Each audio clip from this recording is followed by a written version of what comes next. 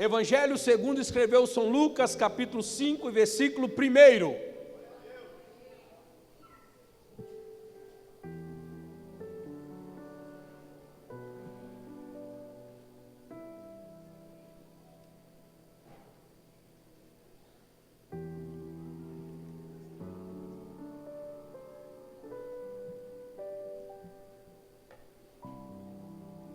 Quem encontrou, diga amém. Evangelho segundo São Lucas, capítulo 15, versículo 1 até o versículo 7, diz o seguinte, a palavra de Deus. Aqui no telão você pode acompanhar também a leitura, em nome de Jesus. Aproximavam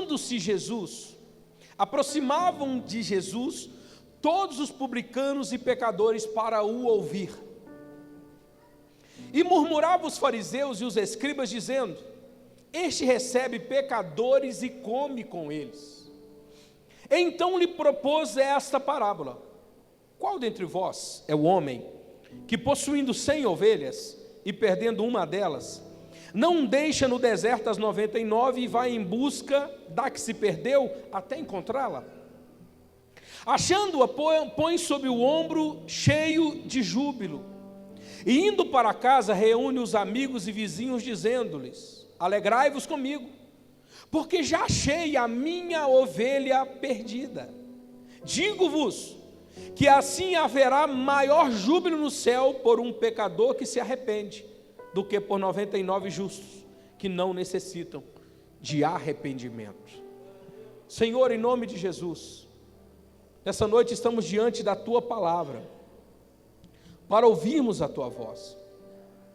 Ajude-nos a compreender nessa noite o Teu desejo, a ouvirmos a Tua voz e sermos verdadeiramente Teus filhos, para a Tua glória, em nome de Jesus.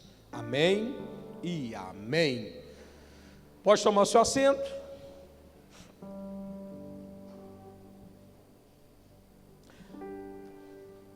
Hoje eu quero pregar sobre o tema: o poder do Evangelho. Repita comigo: o poder do Evangelho.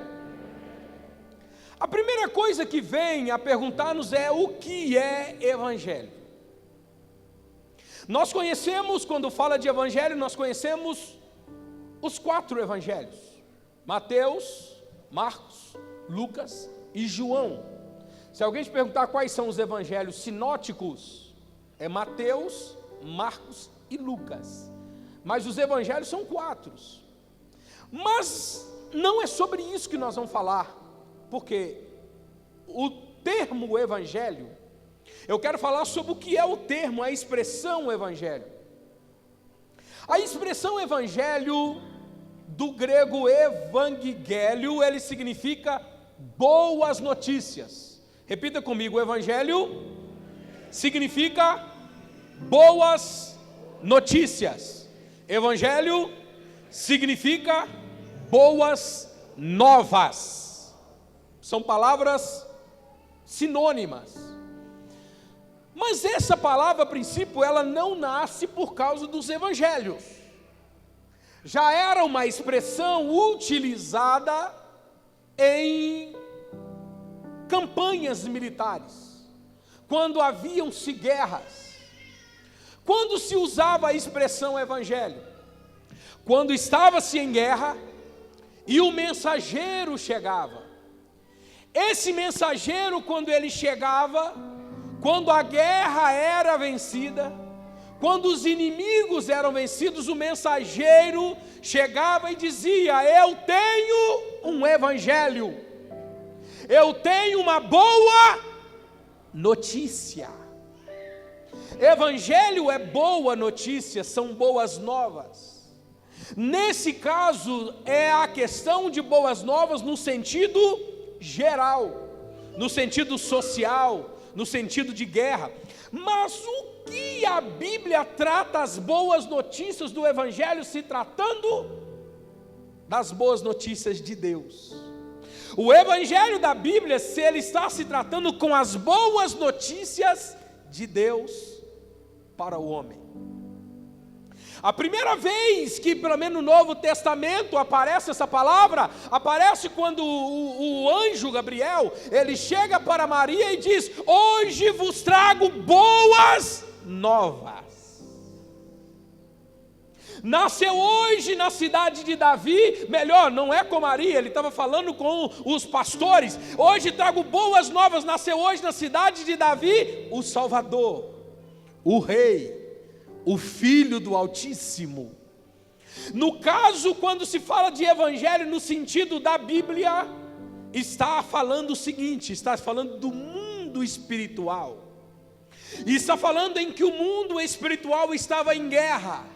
O homem estava para ser destruído, o homem não tinha saída, o homem não tinha esperança, mas o evangelho é a boa notícia de Deus para nós, dizendo que nós temos uma saída, porque Jesus venceu a morte, Jesus venceu a morte. Boa notícia. No que tange a palavra de Deus, essa palavra ela vai dizer esse sentido. Boa notícia. Se você puder abrir a sua Bíblia no Evangelho segundo escreveu São Lucas, capítulo 4 e versículo 17, Jesus ele vai abrir a Bíblia. No caso eles tinham, a Bíblia não é igual a gente tem hoje, mas o livro do profeta Isaías lhe é entregue. Depois que Jesus é batizado, depois que Jesus passa pelo deserto, Jesus ele volta para Nazaré, a cidade onde ele foi criado, na cidade onde ele cresceu, na cidade onde aprendeu o ofício de carpintaria com seu pai José, onde a sua vida foi desenvolvida na sua infância. Ele volta, e quando ele volta, começa ali o seu ministério. E ali ele pega no versículo, capítulo 4, versículo de número 17 de Lucas, ele vira e diz o seguinte: então lhe deram o livro do profeta Isaías, e abriu o livro e achou no lugar que estava escrito: o Espírito do Senhor está sobre mim, pelo que me ungiu para evangelizar os pobres, ou para trazer boas notícias aos pobres. Enviou-me para proclamar liberdade aos cativos e restaurar a vista aos cegos, e pôr em liberdade os oprimidos, e apregoar o ano aceitável do Senhor.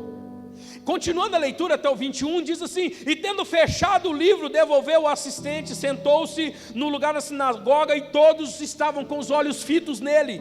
E 21 diz: então passou Jesus a dizer-lhes: hoje se cumpriu a escritura, o que acabais de ouvir. Jesus então, ele vai dizer a eles que naquele dia estava se cumprindo aquela boa notícia. Aquela boa notícia apregoada por Isaías há 700 anos atrás. Naquele dia a boa notícia de Deus ela chegou. Naquele dia Jesus disse: hoje se cumpriu em vossos ouvidos essas palavras. Então, o que é o Evangelho? É uma boa notícia. Quando eu me concentro aqui no capítulo 15 do Evangelho segundo São Lucas, por que eu escolhi o capítulo 15 do Evangelho de São Lucas? Lucas, todos sabemos que nós temos 4 evangelhos. Mateus escreve aos judeus, Marcos escreve aos romanos, Lucas escreve aos gregos e João escreve à igreja. O evangelho de Lucas, não estou dizendo que ele é mais perfeito do que o outro, na verdade os 4 evangelhos são complementares, mas o evangelho de segundo São Lucas, ele tem uma peculiaridade muito específica.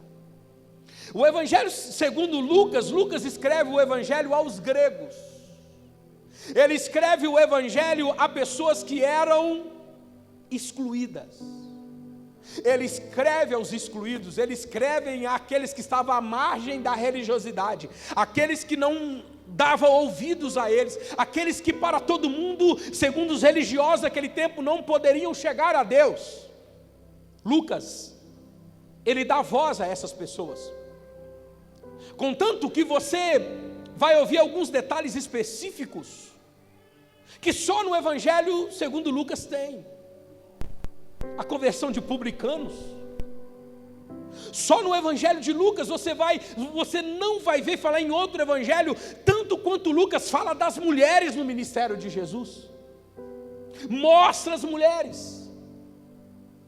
E no evangelho de Lucas ele mostra esses excluídos, que eram os publicanos, os pecadores, que na verdade eram as prostitutas. É contanto que no evangelho de Lucas, capítulo 17, Lucas vai falar de uma mulher, que ela vai na casa de um fariseu, que era o maior adversário dessas pessoas no quesito chegar a Deus.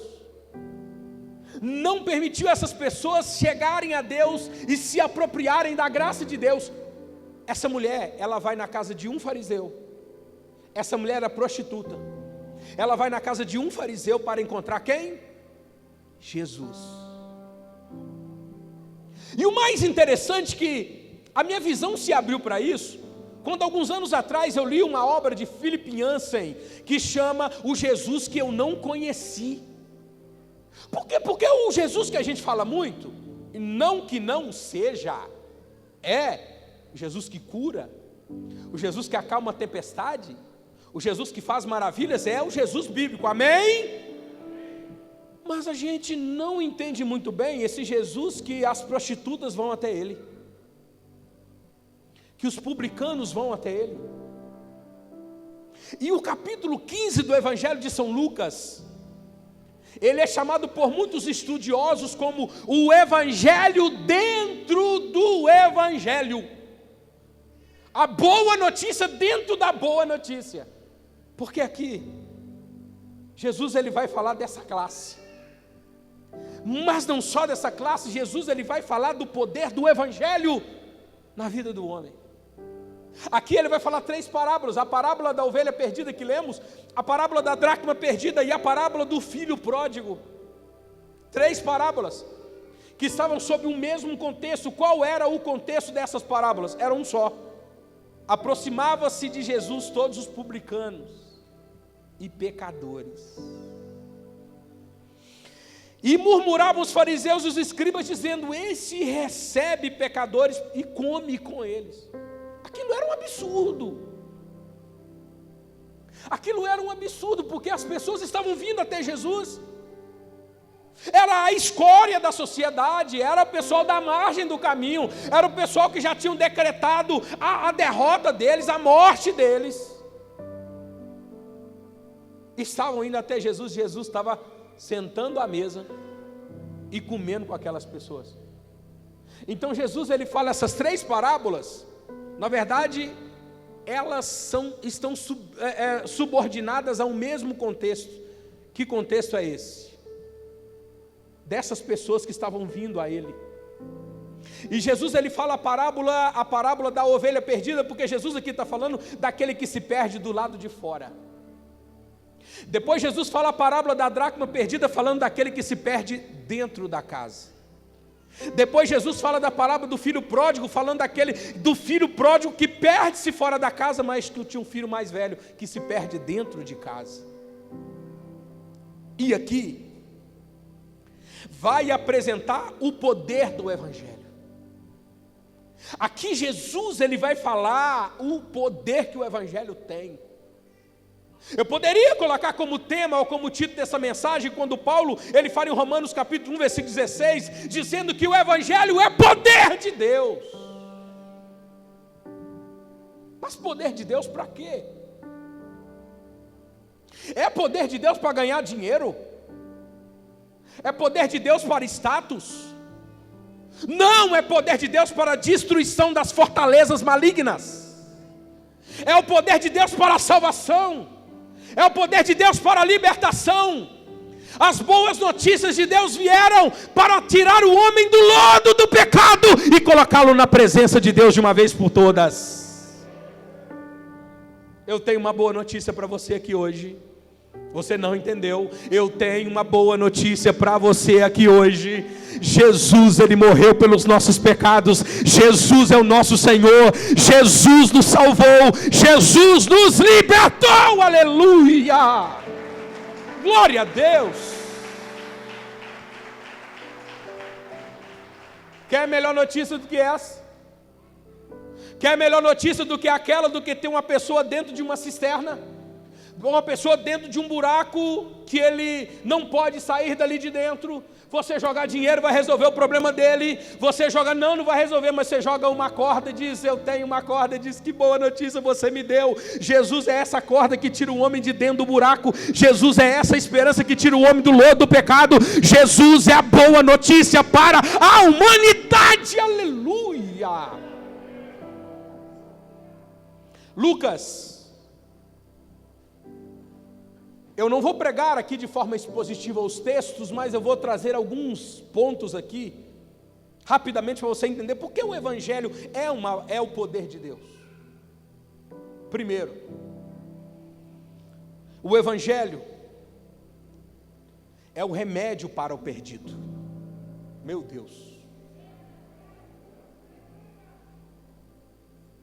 Quando falo de perdido, deixa eu te falar uma coisa aqui. O perdido é o que está na droga. O perdido é o que está na prostituição. O perdido é o que está no hospital em desespero, mas não são somente eles. O perdido é o rico também. Porque muitas vezes a gente só tem uma mensagem para a desgraça. E nos falta argumento para pregar para uma pessoa que tem tudo. Tem dinheiro, tem plano de saúde, tem carro, tem avião, tem iate.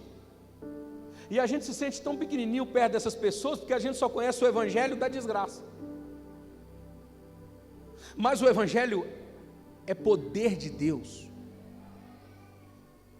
E esse Evangelho é tanto poder de Deus, porque o Evangelho ele tem tanto poder, ele é um remédio tão eficaz, que quando ele é pregado de uma forma completa, tem gente rica que sobe numa árvore para ver quem é Jesus. Você sabe o que é um publicano? Eu estou falando de Zaqueu. Você sabe o que era na cultura judaica? Tinha duas coisas importantes para pessoas, tinha dois detalhes importantes sobre pessoas que eram de posição de destaque. Primeira, pessoa de destaque, observe essa primeira que daqui a pouco nós vamos falar sobre ela. Pessoa de destaque ou de supremacia não ficava correndo desembestado, não corria desesperado. Não, ele era conhecido pelo jeito que ele andava. Segundo, pessoa importante não subia em árvore. Isso é da cultura judaica, na Palestina até hoje. Você vê menino subindo em árvore, mas gente adulta não. Mas quando Jesus passou por Jericó, tinha um camarada que era chefe dos cobradores de impostos. Ele não era o publicano, ele era o chefe. Ele subiu numa árvore para ver quem era Jesus. Sabe por quê? Porque Jesus tinha um remédio que o dinheiro dele não podia comprar.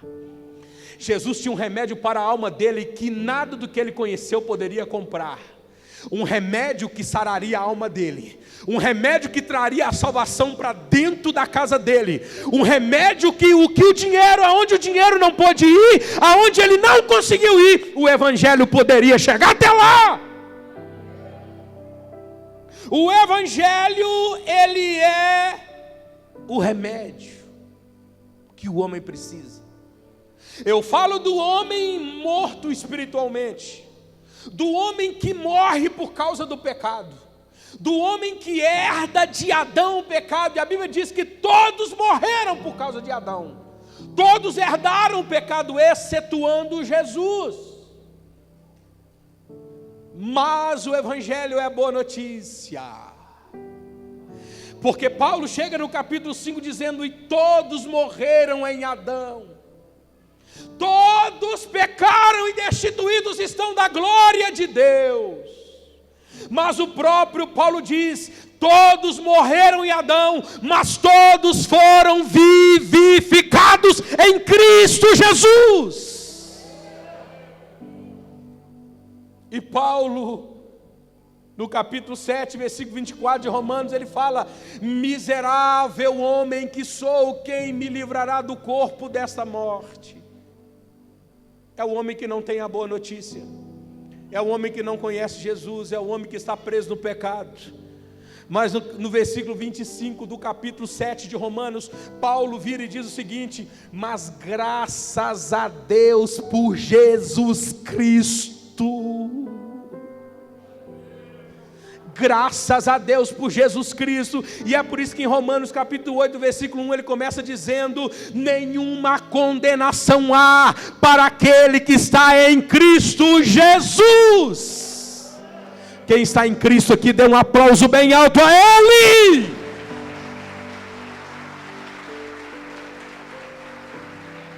Aleluia. E tem uma segunda coisa que o Evangelho é apresentado aqui por Lucas, que o Evangelho não é o homem indo até a Deus, é Deus indo até o homem.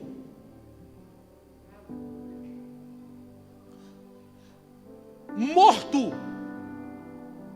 toma alguma decisão? Quando em vida, o que posteriormente ele vem a óbito, ele morre. Quando em vida, ele vira e diz o seguinte: olha, quando eu for enterrado, eu quero que vocês enterrem eu com o meu dinheiro, com o meu saxofone, eu quero que vocês enterrem eu com alguma coisa de estima. Ok, enquanto ele está em vida, alguém vira e fala: maravilha, mas depois que ele morre, ele pode tomar decisão se aquela coisa está ali ou não está? Morto não tem decisão de nada. E a Bíblia diz que o homem, ele está morto nos seus delitos e nos seus pecados. Mas a Bíblia diz que Deus ressuscitou o homem e trouxe ele à vida espiritual. Quando eu disse para vocês que o Evangelho não é o homem vindo a Deus, e sim Deus vindo ao homem, porque na parábola você vê uma ovelha perdida.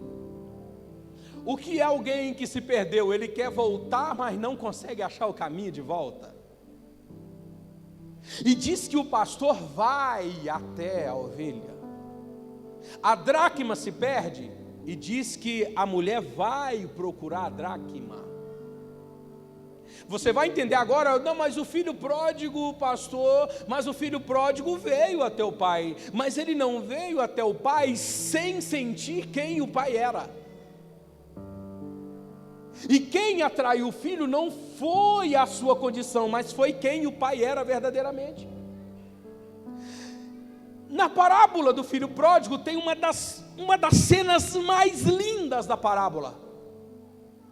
Você vê na parábola o filho no chiqueiro, você vê na parábola o filho gastando tudo. Mas eu vejo na parábola o filho no chiqueiro dizendo: levantar-me-ei e irei ter com meu pai, e dir-lhe-ei: pai, eu pequei contra os céus perante ti, já não sou digno de ser chamado teu filho. E ele se levanta e ele vai até o pai, e a parábola dá a entender que ele chega numa cidade que o pai é de uma alta classe social. O pai da parábola é um homem de alta classe social, que vocês vão entender aquela primeira aplicação de pessoas importantes. E ele estava sentado em um lugar de destaque, e o filho ele chega, e quando ele olha o pai de longe, o pai olha e ele começa a dizer: pai, eu pequei. Mas diz que o pai da parábola se levanta e vai correndo em direção até o filho. Por que Jesus frustrou o Evangelho e quebra protocolos? Porque homens importantes naquele tempo não saíam correndo desembestado, correndo desesperado, correndo para algum lugar. O pai da parábola era um homem rico, ele saiu correndo em direção ao teu filho. Sabe o que isso quer dizer? Porque Deus amou o mundo de uma tal maneira que deu o seu filho unigênito, para que todo aquele que nele crê não pereça, mas tenha a vida eterna. Foi Deus que veio até você. A Bíblia também diz em 2 Coríntios 5,18 que tudo isso provém de Deus, que nos reconciliou consigo mesmo. O Evangelho não é o homem indo a Deus, é Deus vindo até o homem.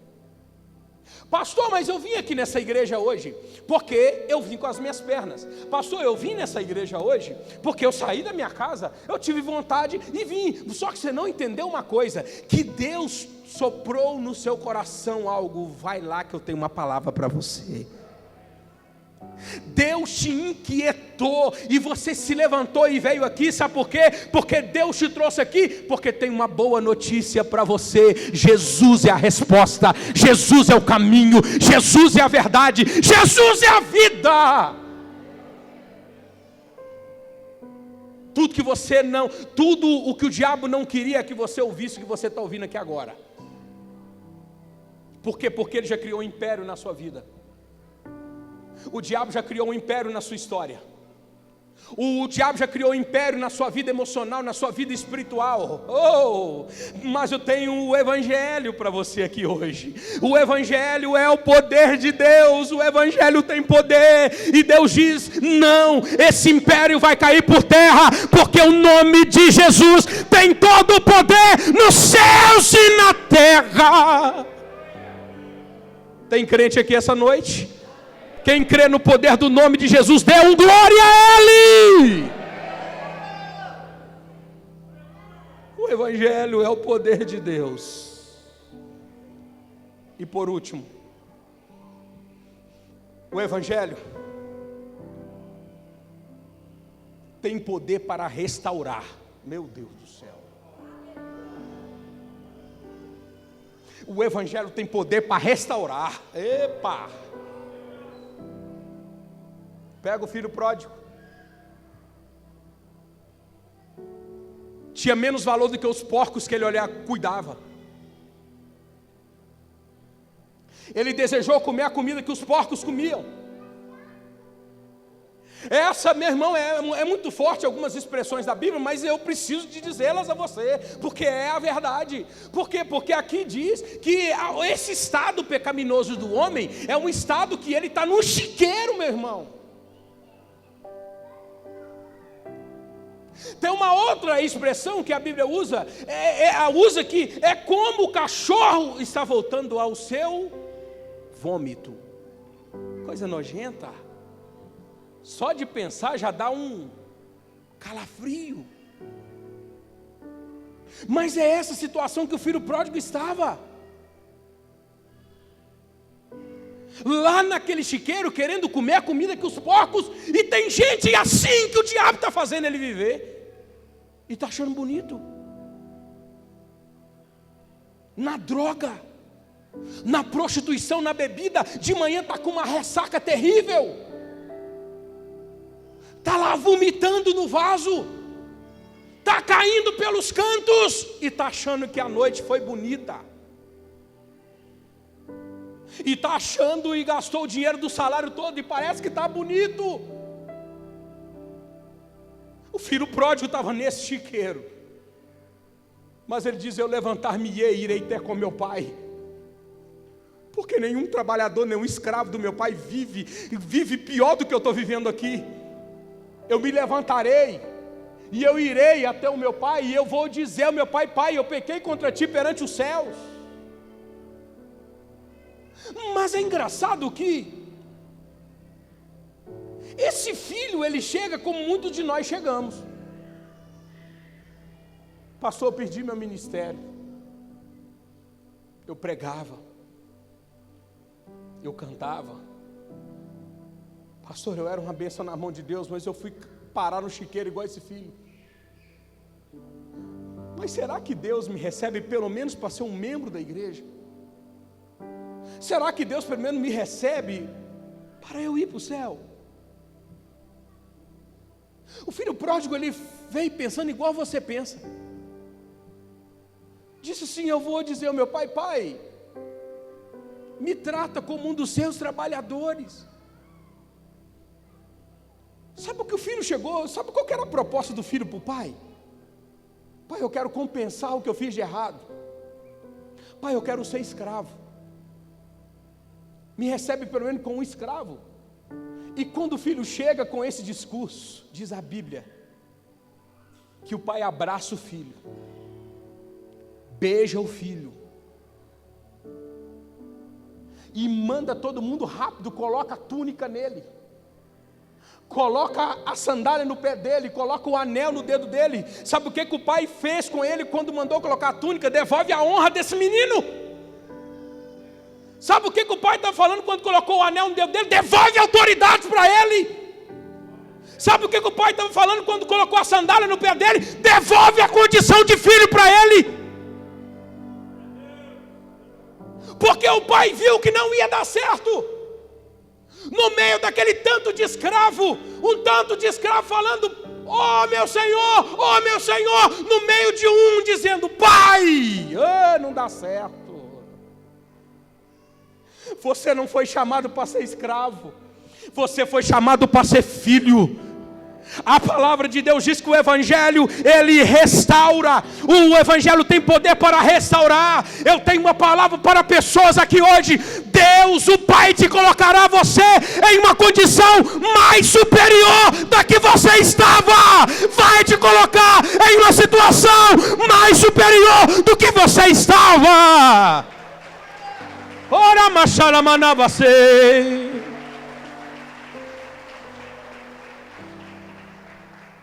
Sabe por quê? Porque a gente é, pastor, eu errei. Mas a Bíblia diz que os dons e vocações do Senhor são irrevogáveis. Você não era profeta, você ainda é profeta. Eita! Se Deus te chamou para profeta, Deus está te chamando de volta como profeta. E Deus vai te colocar um anel de autoridade, a túnica da honra e o sapato de filho no pé novamente. Eita, glória, glória, glória, glória. O Evangelho, pode aplaudir a Ele.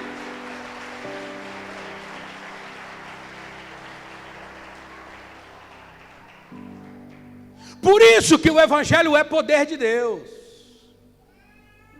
O Evangelho não é o poder da sociedade, o Evangelho não é o poder do remédio, o Evangelho é o poder. O que vai acontecer é milagre. Deus hoje fala com pessoas aqui de uma forma muito forte. Você está igual o filho pródigo querendo barganhar. Não, você não vai conseguir barganhar, porque tudo é dele. Tudo é para a glória dele. E o Evangelho tem um poder de restituição, de um poder de restauração tão poderoso, que há 1 minuto ele estava cuidando de porcos, mas daqui a pouco ele é colocado na condição de filho. E somente o Evangelho pode fazer uma coisa na vida da pessoa que nada pode realizar aqui na terra. Você pode comprar carro, você pode fazer todo mundo te reconhecer, ser a pessoa mais rica do país ou do mundo, você pode ver cura na igreja, você pode ver o que vê, mas só tem uma coisa que acontece que o Evangelho pode fazer para realizar uma festa. Somente o Evangelho pode restaurar um pecador, e esse pecador fazer festa acontecer no céu. Somente acontece festa no céu quando o pecador se arrepende. Da glória. Sabe o que o céu faz festa? Não é que você acabou de comprar o seu carro novo, mas pode comprar, não tem problema. Mas sabe qual que é o motivo de festa no céu? É quando alguém sai do esgoto do pecado. Opa! Sai da miséria do pecado. E se chega para Deus e diz: Deus, eu estou aqui. Os céus, ele faz festa somente quando um pecador se arrepende. Sabe por quê? Porque a questão é eterna. Porque o céu sabe quando esse pecador se arrepende. O inferno perdeu a legalidade na vida dele. Quando esse pecador se arrepende, Satanás não tem poder sobre a tua vida, não tem poder sobre as suas emoções. A partir de hoje, quem vai comandar a sua vida é o céu, é o céu, é o céu que vai comandar a tua vida. Tem crente aqui essa noite? Levante do seu lugar e comece a aplaudir o nome de Jesus. Érica, vem cá em nome de Jesus.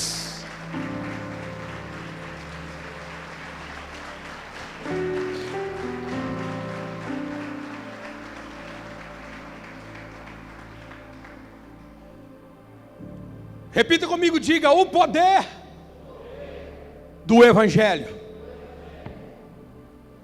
Você quer saber qual que é o poder do Evangelho? Lembra de você quando você chegou a Deus, todo arrebentado, todo desgraçado. E Deus falou assim: acabou esse tempo de desgraça. Hoje vai nascer um novo tempo na sua história. Você será curado, você será libertado, porque o poder do Evangelho agirá na tua vida. O Evangelho é o nosso alvo. É por isso que nós temos que pregar o Evangelho. Por isso que Jesus diz: ide por todo mundo e pregai o meu Evangelho. Por todo mundo é o seu vizinho, por todo mundo é na sua escola, por todo mundo é em todo lugar, por todo mundo está perto de você. Tem gente perto de você precisando de uma boa notícia, e você tem a carta assinada por Deus para dar boa notícia para ele. Feche os seus olhos e coloque a tua mão em direção ao teu coração.